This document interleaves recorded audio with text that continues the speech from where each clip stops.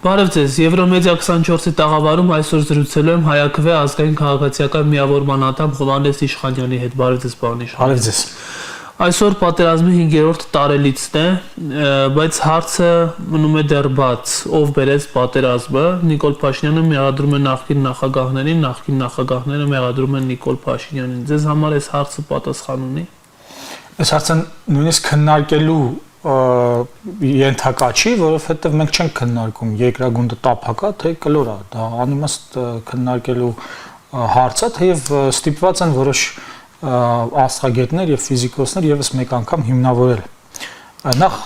5 տարի առաջ այսօրը դեռևս ողջ էին այն մարդիկ, որոնք գնում էին Արցախ, մտածելով, որ Արցախի ազատության եւ մեր իրավունքների պաշտպանության համար էին գնում կռվելու եւ պատրաստ են իրենց կյանքը տալ։ Այնինչ Նիկոլ Փաշինյանը նրանց խաբելով տանում էր զոհեր, որպեսզի Արցախը հանձներ։ Միանշանակ է այս հարցի պատասխանը, որովհետեւ եթե այդ մարդիկ իրենց ոնց որ վերջի շունչը փչել են այն մտքով, որ իրենք իրենց կյանքը տվեցին Արցախի պաշտպանության համար եւ այնտեղ կա Գերագույն գլխավոր հրամանատար եւ դիվանագիտական կորպուս, որոնք իրենց արյունը կպաշտպանեն, հա, իրենց վերջի շունչը ոնց որ կտանեն բանակցությունների, նրանք այդ վերջի շնչին լրիվ հակառակ վարկը ցուցադրեցին, հատկապես 2020 թվականի նոյեմբերի 9-ից հետո քաղաքականությունից չհեռանալով, ոչ թե հրաժարական չտալով, այլ քաղաքականությունից չհեռանալով, որովհետև եթե պատասխանատու գործիչի պարագայում աղետը այնքան մեծ էր, որ այդ պարագայում ինքը պետք է աղակի դες քաղաքականությունից հեռաներ, գնար, ասենք, չգիտեմ, ուրիշ բանով զբաղվեր։ Հիմա դրանից հետո շարունակվեց այդ process-ը, շարունակվեց Արցախի հանձնման process-ը։ Այս մարդիկ դեռևս արյունները, այտենց ժողովրդական լեզվով ասած, դեռ չսարած, արդեն բանը Թուրքիայի հետ սահմանները բացելուց էին խոսում։ Շատ լավ հիշում եմ այն ժամանակվա բաններ, էկոնոմիկայի նախարարն է, տարբեր տեսակի բաներ, ու արդեն սկսեցին Շուշիի հայկական լինելը հարցականի տակ դնել։ Պատկերացնում եք, օրինակ ինձ զորակոչում են, ինձ կանչում են պատերազմ, հա, մոբիլիզացնում են, ես գիտեմ, ես պետք է գնամ պատերազմ, որովհետև իմ ընտանիքի մեծ ընտանիքի ազգի հարցն է, ես պետք է գնամ այնտեղ պաշտպանեմ, ինչ էլ լինի հետս։ Ու ասենք ենթադրենք ես զոհվեի։ Ենթադրենք ես զոհվեի ու հիմա իմանալով դե լավ, ես կզոհվեմ, հետո կշարունակեն իմ գործը այնտեղ։ Ու սրանք ինչ հայեցին, փաստորեն այս մարդիկ, որոնք Շուշիի համար զոհվեցին, ասացին Շուշին դժբախտ քաղաք է, մեզ պետք է Շուշին։ Ասացին, բայց ուզում եք ասել Շուշին հայկական քաղաք է։ Հետո Ռուբենյաններով եւ մնացած տարատեսակ մարդկանցով Շուշին սկսեցին արտաբերել Շուշա ադրբեջանական տարբերակով, անմիջապես պատերազմից հետո։ Ու այս ամբողջ փաթեթի մեջ, եթե մենք տեսնում ենք, ուղղակի մենք ապրողներս պարտավոր ենք այդ զինվորների վերջի շունչը փչածը, ինչի համար որ իրենց վերջի շունչը փչել են, մենք շարունակենք իրենց շունչը, վերցնենք այդ շունչը ու շարունակենք։ Ինչը անում ենք, բայց դերևս թերի, բայց դա չի նշանակում, որ պետք է դադարեցնենք։ Եվ ի վերջո Արցախը ճանաչեցին Ադրբեջանի կազմում, չէ՞, Աղավնոյում Բերձորը հանձնեցին այն պարագայում, երբ որ նոյեմբերի 9-ով պայմանավորված է, որ պետք է բան չանեն, առաջ խաղացում չլինի։ Այսինքն ամեն ինչ հակառակը արեցին, ինչ որ այդ զինվորի ցանկություններ եւ եղծներ, ինչի համար ինքը իր կյանքը զոհել էր։ Նիկոլ Փաշինյանն այսօր լուսանկար էր ապարակել, որտեղ ծնկի է իջած եւ ծնկելուց լավ է։ Հա, եւ գրել է կարծեմ գրել է «Փառք մեր նահատակների, կեցե Հայաստանի Հանրապետությունը»։ Նիկոլ Փաշինյանը ինչ է ուզում ցույց տալ այս նկարներով, այս գրություններով։ Իր համար այս մարդիկ զոհվել են հանուն Թուրքիայի էքսպանսիայի, հանուն Թուրքիայի առաջխաղացման։ Նա տարել է այդ պատերազմը ստեղծել է, հա, ասենք գնաց ասած Արցախը Հայաստանը եւ վերջ, ասած բանակցությունները 0 կետից եմ սկսելու, բանակում կադրային ջարդ սկսեց, լավագույն գեներալների դեմ դատ սկսեց, Հերոսի ինստիտուտը սկսեց վերացնել, այնտեղ այդ Սասուն Միքայելյանը հիշում եք հայտարարեց սա Արցախի պատերազմից մեծ հաջողություն է, այսինքն այդ տրամադրությունները, այդ կամքը որ կար, հայկական այդ հաղթանակած, այդ թվում նաեւ ապրիլյանի ժամանակ, այդ կամքը օգտագործեցին Թուրքիայի առաջխաղացման համար։ Հիմա իրականում այս զոհերը որ կան, իրենց համար նշանակություն ունեն, քանի որ խաբելով տալ են, զոհել են, որպեսզի հասնեն իրենց նպատակին։ Հիմա դրա համար այդ բան են անում, շնորհակալություն են հայտնում։ Հասկանում եք, իհարկե զոհի նպատակին հակառակ շնորհակալություն է, բայց իրենց համար այնուամենայնիվ դե պետքա բան անեն, շնորհակալություն հայտնեն, որ ու մյուս կողմից այս Նիկոլ Փաշինյանական այս համակարգը ինքը միշտ տենց քննադատում է հայրենասիրական պաթոսը, հա, այդ կենացներ եք ասում, չգիտեմ ինչ եք անում եւ այլն բան, ինչը լավ են անում եւ ես մեր բոլոր լսողներին խորհուրդ եմ տալիս անպայման կենացով իրար հետ հաղորդակցվեն, ուղերձներ հղեն, հատկապես մեր պատանդների, Բաքվում պահվող պատանդների համար ամեն առաջի կենացը իրենց տվիրեն եւ իրենց հիշեն։ Բայց այս ամբողջ այս սրանց այդ բան համագումարը եւ այս իրա ծնկիչները, սա այդ պարտվողականության պաթոսն է։ Այսինքն եթե մենք ունենք մի հատ պաթոս, որը արվում էր, որպեսզի մեր իրավունքները պաշտպանվեին, եւ դրա արդյունքում մարդիկ գնում էին իրենց ամենաթանկ բանը կյանքը տալիս էին մյուսներից համար, սրանք փաստորեն այդ պաթոսը օգտագործում են ի նպաստ հայերի ցեղասպանության։ Այս ծնկիչն այդ փարք եւ այլն այդ տեսակի լոզունգները եւ ընդհանրապես նրանց այս հռչակագիր կոչվածը ամբողջ պաթոսախեղտ է։ Սա կոչվում է պարտության պաթոս։ Եվ այս եթե կասենք թուրքական եւ ադրբեջանական հաղթանակի պաթոս, այս տարածքում, այս հայկական, որտեղ հայերն են իրենց կեցությունը իրականացնում, այս տարածքում անհրաժեշտ է պարտվողականության պաթոս ցույց տան կենացներ խմեն հանեն այդ պարտության։ Ինչ անում են, այս դրսևորումն է, այդ ինչ որ անում է Նիկոլ Փաշինյանը։ 44 օրյա պատերազմը օբյեկտիվորեն կարող է չլինել։ Իհարկե, միանշանակ կարող է չլինել։ Տեսեք, եթե դուք դատում եք ապօրինի գործ եք հարուցել, Արցախի առաջի պատերազմի հիմնական հաղթանակների գեներալին, հա, գեներալներից մեկին Յուրի Խաչատուրովը, որը հայտնի է, չէ, իր այդ Ղափանի օպերացիայով, հետո քարվաճառով եւ այլն, ինքը ոնց որ սկսեց այդ հաղթանակների շրջանը, ինքը մեկն էր այդ ուղեղներից, բանակի ուղեղներից, որը իմիջայլոց ողջերից, չէ, որտեղ ասեք Իվանյանը չկա, Դարի Բալթայանը չկար, շատերը չկային, Հրաչիկ Անդրեսյանը չկա եւ այլն, Մոնթեն չկար։ Հիմա այս պարագայում մնացած գեներալիտետը, որը կարող էր ունակ էր այդ կանխելու, դա ասենք Յուրի Խաչատուրովն էր, արդեն Ժառանգ էր թողել Գրիգորի Խաչատուրովը, Սեյրան Օհանյանը, Ռոբերտ Քոչարյանը որպես առաջին նախագահ, բանում Արցախում նախագահ, որի ժամանակ այդ հաղթանակներն էին կերտվում եւ սենց փաթեթով գործ էին սարքել նրանց գլխին։ Մենք ձայնագրություններից տեսել ենք, չէ, Արթուր Վանեցյանի եւ Խաչատուր, ինչյան էր, ՀԿՑ-ի պետը իրենց այդ Սասուն Խաչատրյանից այդ ձայնագրությունից տեսենք մարդկանց գլխին գործ էին սարքում։ Հիմա սա ասենք բանակը ջլատելու մի process-ը, մյուս process-ը այդ հասարակությունը տրամադրելու բաների դեմ, էլի այդ Արցախի ազատագրման եւ հասարակությունը առհասարակ պարակտելով, մյուս process-ը դատական իշխանությունը զավթելով, որպեսզի երբ որ այդ գործողությունները կատարեն, դատական իշխանությունը օգտագործեն ի նպաստ իրեն։ Մյուսը, որ ասենք այդ հիշում եք Տավուշի դեպքերի ժամանակ 140-100-ից ավելի մեդալներ սկսեցին պարգևել, մի դիրքային բանը այնց ներկայացրեցին, ոնց որ բանն էր, գնացը Բաքու էին անձամբ ղեկավարել է գործողությունը։ Այդ հա, այդ դե կարող է անձամբ ղեկավարել այդ իմաստով։ Այսինքն այդ մեդալները տալու, որպեսզի այդ մեդալը ինչի համար են տալիս, դա ինչ որ պարգև է, որտեղ դու ինչ որ գործողություն ես կատարել, որը ուրիշները դժվար թե կատարեն կամ պիտի հələ կատարեն, այսինքն առանձնացնում է քեզ այդ գործը։ Ինքը բռնում է, ասենք 100-ից ավելի այդ մարտական խաչերներ բաժանում, մեդալներ խաչում դիրքային գրոհի համար։ Այսինքն զուտ այնքան որ ավտոմատով կրակես ու մի կողմից ըստեղ այդ մեդալի ինստիտուտը բանանում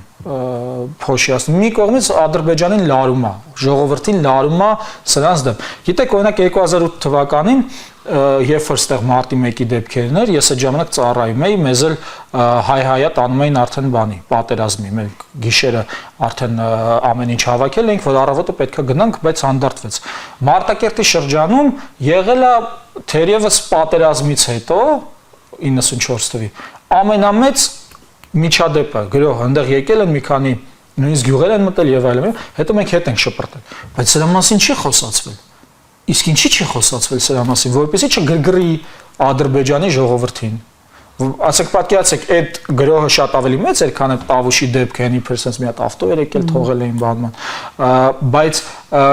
այդ մտածողությունը կա, չէ՞, եթե ես հիմա sense ինչ-որ մի հատ ես իմ ինչ ներկայացնեմ, կարող է այնտեղ Ադրբեջանում այլ տրամադրություններ առաջանան։ Սա չի նշանակում, որ պետքա չտոնես հաղթանակները, սա նշանակում է պիտի հաղթանակը տոնես, ոչ թե դիրքային sense մի հատ փոքրիկ ինչ-որ միջադեպ է։ Ու այս գործողությունները, որտեղ այնտեղ հետո տեսանք, մտան ազգային ժողով ադրբեջանցի Ալիևը Մամեդյարովին հանեց ու չմոռանանք նաև Հայաստանը իր հարաբերությունները վատացնում էր իր դաշնակիցների հետ, Ռուսաստանի հետ էր վատացնում եւ Իրանի հետ էր վատացնում հարաբերությունները ու նաև այն ակնարկները, որ հուշում էին Հայաստանին, որ բանա լինելու, պատերազմ լինելու, եկեք զորավարժություն անենք, անտեսում էին, ինչպես նաև ամսի 26-ին, այսօր Կարեն Վրդանեսյանն է հրապարակել, ամսի 26-ին հայկական ժամանակ թերթը, որը մենք գիտենք Արցախը հանձնած անձի թերթն է, այնտեղ կոչում էին մի հատ ինչ-որ բառով էին կոչում, այս պահին կարող չհիշեմ, բայց վարկաբեկում էին մարդկանց, ովքեր որ զգուշացնում էին հեսա պատերազմը սկսելու, ամսի 26-ին, եւ հաջորդ օրը պատերազմը սկսվեց։ Օրինակ, կամ բանի ժամանակ էլ, հա, եթե հիշենք պատերազմի 44-օրյայի ժամանակ ինչ տեղի ունեցավ, դրա համալրումը դադարեցրեցին։ Կանոնավոր բանակը սկսեց քանդել այս մարդը։ Հիշում եք, երբ որ բաներ, ասում էր 30 հոգով քուչում հավաքվեք, ընտրեք հրամանատար, գնացեք։ Մենք կարողացանք հաղթել պատերազմը 92 թվականից, քանի որ ջոկատներից վերացվեցին կանոնավոր բանակի, սա 44 օրում սկսեց այդ կանոնավոր բանակը քանդել։ Այսինքն այդ բոլոր գործողությունների տրամաբանությունը, չնայած հիմա արդեն պարզ է, հա, եթե հրաժարվում են կոնկրետ Արցախից նկարը բան քարտեզներից հանում, արդեն պարզ է, թե ինչ են այլ, իրանք էլ են խոստովանում, ասում եմ 18 թվականից էլ է պետք է ասեի, որ սենց նենց է չի։ Եվ միանշանակ, եթե չէ, պատերազմ կլինի, նայեք, այստեղ տարբերություն կա, պատերազմ գուցե եւ լիներ 2016 թվականին եղավ,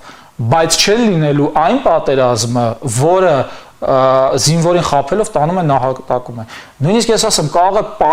պարտվեինք, նույնիսկ կարող է պարտության պատերազմ լիներ, ասենք որոշ շրջաններ կորցնենք, բայց այնտեղ հիշում եք, նույնիսկ Ռուսաստանի նախագահ Վլադիմիր Պուտինն էր ասում, որ եկեք համաձայնենք այս տարբերակին, բայց այնտեղ Ստեփանակերտ, Շուշի եւ այլն մի քանի շրջան տակ մնար, եւ սա ասում էր, բայց իս դավաճան կասեին, հիշում եք։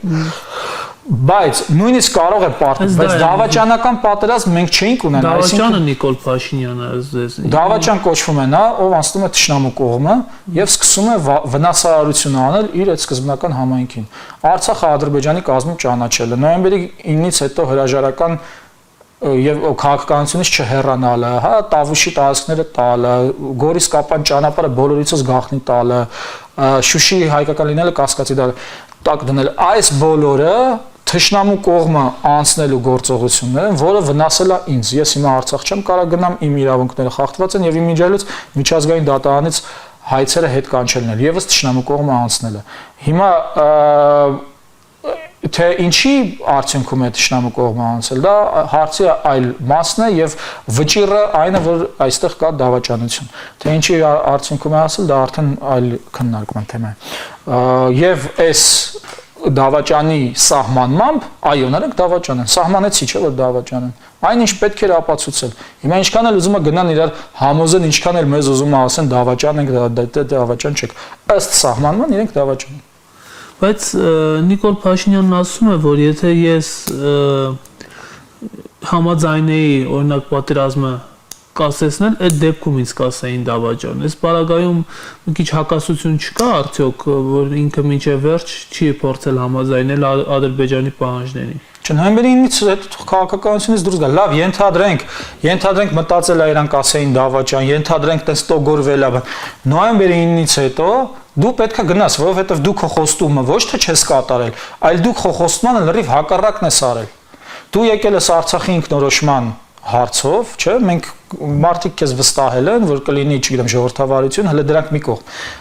բայց կլինի Արցախի ինքնորոշմամբ, կզբաղվես հայոց ցեղասպանության ճանաչմամբ, կզբաղվես եւ այլն։ Դու դանում ես դրա հակառակը։ Դե նոյեմբերի 9-ից հետո գնա, ասեիր, ներեցեք, ես սխալվեցի, ես չկարեցա, կամ իմ մտքերը սխալ էին, ես հեռանում եմ, ես սա քաղաքականությունը իմ տեղը չի, ես վերադառնում եմ հայկական ժամանակ եւ շարունակեմ զրպարտել մարդկանց, դեղին մամուլով զբաղվեմ։ Գնայր, հասկացա։ Բայց երբ որ այդ պահից սկսած ինքը չգնաց, պարզ էր, որ շարունակվելու է Ադրբեջանի պահանջների կատարումը։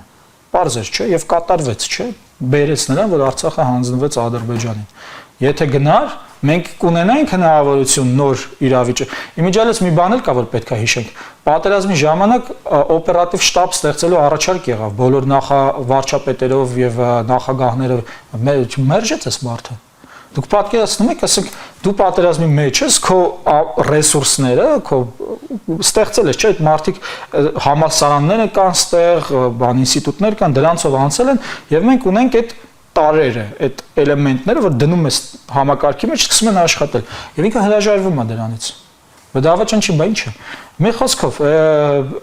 ենթադրում եմ այդ թեման արդեն նույնիսկ ոչ թե արդեն դավաճան բառն էլ չի ճիշտ, որովհետեւ ավելի շատ նմանվում է բանի թուրքական քաղաքացիական բանակի սերժանտի, այսինքն մարդ, որը պարզապես Հայաստանում թուրքական ինչ-որ ենթասպա է, որը կատարում է այդ թուրքական երազանքի այդ մի մասնակաց։ Ասենք պատկերացեք, մենք ունենայինք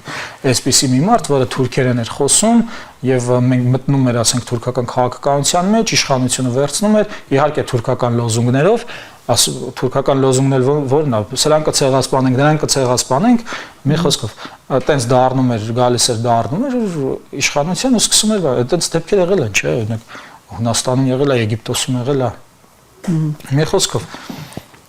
Հիմա Նիկոլ Փաշինյանը խոսում է 4-րդ հանրապետության մասին։ Հա, դա շատ ծիծաղելի է։ Հա, ձեր կարծիքով այս 4-րդ հանրապետությունը ինչ տեսք է ունենալու, ինչ ատրիբուտներով է տարբերվելու 3-րդ հանրապետությունից։ Ուրեմն միանգամից որպեսի հարցը ճիշտ սկսենք քննարկել, պետք է ասենք նպատակը որն է։ Նպատակը բանը թուրքական էքսպանսիայի շարունակությունն է։ Բայց այստեղ հետաքրքիր բաներ կան, որոնք պետք է քննարկել։ Նախ Հայաստանը չի կարող ունենալ 4-րդ հանրապետություն, որովհետև Հայաստանը 3-րդ հանրապետություն չի ունեցել։ Հայաստանը ունի երկու հանրապետություն։ Մեկը 1918 թվականի հանրապետությունն է, մյուսը 1991 թվականի։ Խորհրդային միության ժամանակ դա եղել է մի շրջան, որը կամ կարող եք կոչել օկուպացիա, կամ կարող եք կոչել փորձնական շրջան, բայց դա չի եղել հանրապետություն։ Դա մենք չենք ունեցել անկախ Հայաստանի ինքնիշխան որոշումներ կայացնող պետություն, մենք սկսում ենք դրոշը չէինք կարող բարձրացնել, չէ՞, Հայաստանի եռագույնը չէինք կարող բարձրացնել։ Այդ բանի Ղարաբաղյան շարժման ցույցերի ժամանակ էր, որ մցրեցին Տիգրան Պասկևիչյանն էլ ոստիկանը որ եկավ ասաց հանի, Տիգրան Պասկևիչյանը ասաց չի լինի, արդեն արմատ է տվել։ Չէինք կարող, մեր բաներին էին, տերտերներին, եկեղեցական կաթողիկոսին էին սպանում այդ բանը իշխանություններին, հանրապետություն։ Այդ 3-րդ հանրապետությունը ես հասկանում եմ, տրամաբանորեն ստեղծված է, որպեսզի պահպանվի շարունակականությունը, այսինքն իբրև թե այդ առաջին հանրապետությունից հետո ընդհատում չի եղել, տեն շարունակել ենք։ Ու հիմա նորից շարունակում ենք, բայց ես չեմ հասկանում դրա։ Ես այտենց եմ հասկանում դրա իմաստը։ Բայց իրավական ճշգրտության առումով մենք ունեցել ենք երկու հանրապետություն, 18 թվականի, որը ստեղծել են հայերը, եւ 91 թվականի, որը եւս ստեղծել են հայերը։ Հանրապետությունները առհասարակ ստեղծվում են հաղթանակներից հետո, ինչ-որ հեղափոխություն կամ պետական իրավական ամբողջ համակարգը փոխվելուց հետո, բայց Այստեղ ինչն է հետաքրքիր, եթե մենք մեզ կոչում ենք սովետական այդ շրջանը հանրապետություն, հիմա էլ Թուրքիան գալիս է ասում է, դե եթե դուք ասենք այդ բանի ուրիշի կամքով ձեր համակեցությունը կազմակերպելը կոչում եք հանրապետություն, հիմա էլ մեր կամքով, Թուրքիայի կամքով կկոչեք հանրապետություն։ Սա հանրապետության մասով, որ արդեն իսկ Նիկոլ Փաշինյանին բան են անունն են նույնիսկ սխալ ներկայացնում։ Հիմա եթե խորանանք մեջը, հա, ինքը այդ ամբողջ այդ իրենց ստեղծվելիք նախ արդեն ասացինք, որ որևէ տենց իրողություն չի եղել, որ նոր հանրապետություն ստեղծես։ Չի եղել բանը իշխանական տենց համակարգի sense փոփոխություն կամ ինչ որ հեղափոխություն, պատերազմական հաղթանակ չի եղել։ Պարտություն է եղել եւ այդ պարտությունը լեգիտիմացնելու համար ես դու այս գործողությունը իրականացնում։ Sense անունը բան անում շահ տալիս որպես հանրապետություն ու եթե խորանանք նրանց տրամաբանության մեջ այս իրենց ստեղծած այս հռչակագիրը մեկ նրա համար է որպեսի հաջորդ իշխանությունները որ գան մանևրելու տեղ չունենան, դժվար լինի նրանց համար, որովհետև փաստացի սրանք Արցախի հարցն են մի կողմ, դեն են շպրտում եւ ընդհանրապես հայերի որևէ առաքելություն այնտեղ գոյություն չունի։ Միայն երջանկության բանը կա, գաղափարը կա, այսինքն ազատության, արդարության եւ ինքնավստահության, ժողովրդի ինքնավստահության փոխարեն նրանք մենակ համաձայն են, որպեսզի լինի ժամանց։ Այսինքն մենք միայն ժամանցով զբաղվենք, գնանք, ասենք, ով սիրում է, չգիտեմ, խմել, ով սիրում է թմրանյութեր օգտագործել, ապարել, տժալ, դրանով զբաղվի, իհարկե ժամանցը կարևոր բաղադրիչ է ժողովրդի համար, բայց այդ ժամանցը ինքը ուղղվում է մնացած նպատակների համար, ոչ թե ժամանցն է լինում նպատակը զուտ։ Եվ այդ երջանկության համար, բայց այստեղ մի կարևոր բաներ կա, ովքեր են երջանիկ։ Երջանիկ են նրանք, ովքեր ներդաշնակ են, ովքեր գտել են իրենց կյանքի իմաստը։ Օրինակ, սրանք ինչքան էլ աղետ բերում են մեր գլխին, բայց ես որպես անձ, ես երջանիկ եմ այն իմաստով, որովհետև ես ներդաշնակ եմ, ես գիտեմ, թե ինչ եմ անելու մինչև կյանքիս վերջը։ Ինչին եմ ծառայելու, ինչ նպատակներ ունեմ։ Եվ եթե դու հանում ես պայքարը, մարդու հանում ես ինչ-որ երազանքների, ինչ-որ նպատակներից, ինքը դառնում է բան, դժբախտ, ոչ երջանիկ։ Հիմա պատկերացրեք Նիկոլ Փաշինյանից, պատկերացրեք իրենց պայքարը հանենք։ Նիկոլ Փաշինյանն է, ասենք այն մնացած Ալեն Սիմոնյանն է բանը, սա որը պայքարի մեջ են, չէ, ժողով են անում եւ մտածում են հիմա ինչ անենք, եկեք 3 նախագահներին հավասար հայհոյենք, ենթադրենք ու հետո գնում են սկսում են պայքարել։ Հիմա հանենք այդ պայքարը իրանց մեջից, իրանց կյանքը անիմաստ է դառնում։ Եթե դուք պայքարում եք, ինչի եք բան անում, մցնում չպայքարի գաղափարը։ Շարունակենք, այնտեղ նշվում է, որ ԵՄ անդամակցության պետք է գնանք պահպանելով բաները, մեր հարաբերությունը, բայց արդեն այդտեղ կազուս է։ Դու քո հարևանները ունես, Իրանը 1, Ռուսաստանը բանը քվազի հարևան եւ այդ ԵՄ անդամակցությունը արդեն բերում է բաների այդ խնդիրների կամ դու ինչ ես բան անում այդ քո ուղղությունը վեկտորը ինչ ես բերում մցնում ասենք հրճակագրի նպատակների մեջ հետո կոռուպցիայից են խոսում բայց մենք այս տարիների ընթացքում տեսանք որ ամբողջությամբ ընտրովի է կոռուպցիան ասենք բանին դա ամեն օր ինչ-որ բռնագանձման հեքիաթներ են պատմում բայց Խաչատուր Սուքիասյանը սահմանադրությունը խախտելով դեռևս падգամավոր է Դե Խաչատուր Սուքիասյանը իմիջիայլ Խաչատուր Սուքիասյանի պարագայում էլ եթե ի վերջո այստեղ վերջնական հաստատվեն թուրքական կարգեր, այնուամենայնիվ նրա գույքն էլ են բռնագանձելու եւ թող շատ չուրախանա այդ իմաստով էլի։ Հետո Ադրբեջանի հետ խաղաղության կապը։ Այստեղ չկա խաղաղություն, որովհետեւ ուժերի բալանսը խախտված է։ Հասկանում եք, խափում են այս ժողովրդին, թե կա գոյություն, չի կարող գոյություն ունենալ խաղաղություն, եթե հակակշիռներ չկան, եթե Ադրբեջանը ուժեղանում է, ինքը իր բանակն է ուժեղացնում եւ այլն, իսկ մենք որևէ բան չենք, մենք որևէ բանով չենք կարող հակակշռենք։ Ոնց որ Փաշինյանը եկավ դատարանները սա գրավեց, թողեցին այդ ին նախկին մերոնք ՀԿ-ները իրավապաշտպանները ասացին լավ է անում գնա գրավի դատարանները ազգային ժողովը համադրական մեծամասնություն ամբողջությամբ գրավեց հիմա ինքը իրան կարգել է եւ երկրի օրենք եւ կառավարություն եւ հակակշիռ չկա որպեսզի իր ապօրինությունները մենք կարողանանք զսպել օրինակ եթե բանը Սամվել Կարապետյանին իր խոսքի համար տանում են նստացնում են կամ Միքայել Սրբազանին ապօրինի տանում են 3 տարով կալանա հակակշիռ չկա որպեսզի մենք կարողանանք սա զսպել նույնը Ադրբեջան Հայաստան պարագայում է եթե ինքը բարձրանում է ինքը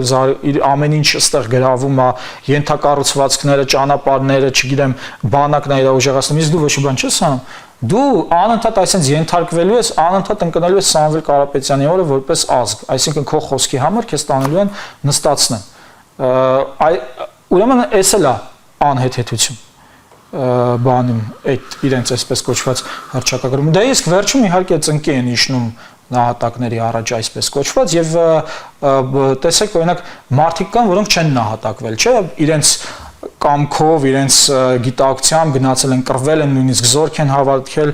եւ այդ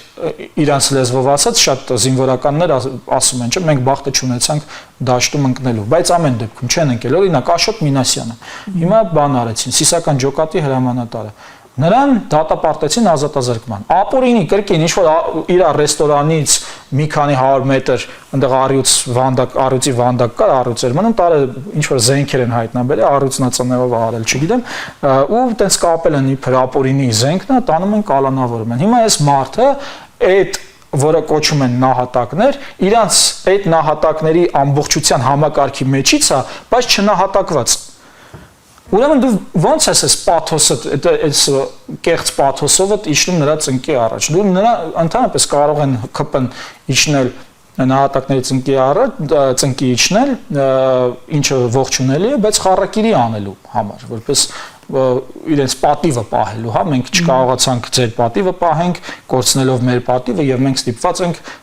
ձեր պատիվը եւ մեր պատիվը վերադարձնելու համար անենք խառակիրի։ Այդ կլինի հասկանալի։ Շատ լավ, հետևենք։ Հա, այնտեղ ժողովրդավարության մասին էլ կար այդ բանում, այսպես կոչված հռչակագրում։ Այդ ընդհանրապես մի հատ առանձին sense մի հատ բան է, ստի արկղ է, հա, այսինքն ժողովրդավարություն եւ այս իշխանությունը, որտեղ մարդը վերակենում ասում է կառավարությունը ես եմ եւ միջազգային հարցերով գրասենյակի ղեկավարին գործից հեռացնում է, որովհետեւ նա ասել է իր մասնագիտական կարծիքը Դրմեյանի մասին է խոսքը, որին հարց են տալիս, ասում են միջազգային դատարանների վճիռները, որոշումները կատարելը պարտադիր, ասում է հա, պարտադիր է, հա, պարտադիր է, ասում է, հարցում են, մածունը սպիտակ է, ասում է հա, սպիտակ է։ Հետո գնում են Նիկոլ Փաշինյանին ասում են, գիտեք ինչ կա, կառավարությունում մարդ կա, որը ասում է մածունը սպիտակ է։ Ասում է ոնց թե մածունը սպիտակ է, իմ կառավարությունը ես եմ, չի կարա մեկը իմ կարծիքից այլ կարծիք ունենա։ Ու մեկ էլ հաջորդ օրը Դրմեյանին հեռացնում են աշխատանքից։ Խոսում են ժողովրդավարություն։ Ու խոսում են ժողովրդավարությունից, երբ որ սա դատական իշխանությունը գրավել են Facebook-ով մարդը հրահանգ է տալիս կալանավորելու ազատ խոսքի համար, որը պաշտպանում էր իր եկեղեցուն, հետո իր ունեցվածքը խլում են։ Շնորհակալ եմ զրույցի համար։ Ես եմ շնորհակալ։ Հարգելի հեռուստադիտողներ, ես զրուցում եի Հայ ԱԿՎ ազգային քաղաքացիական միավորման անդամ Հովհաննես Իշխանյանի հետ, կհանդիպենք։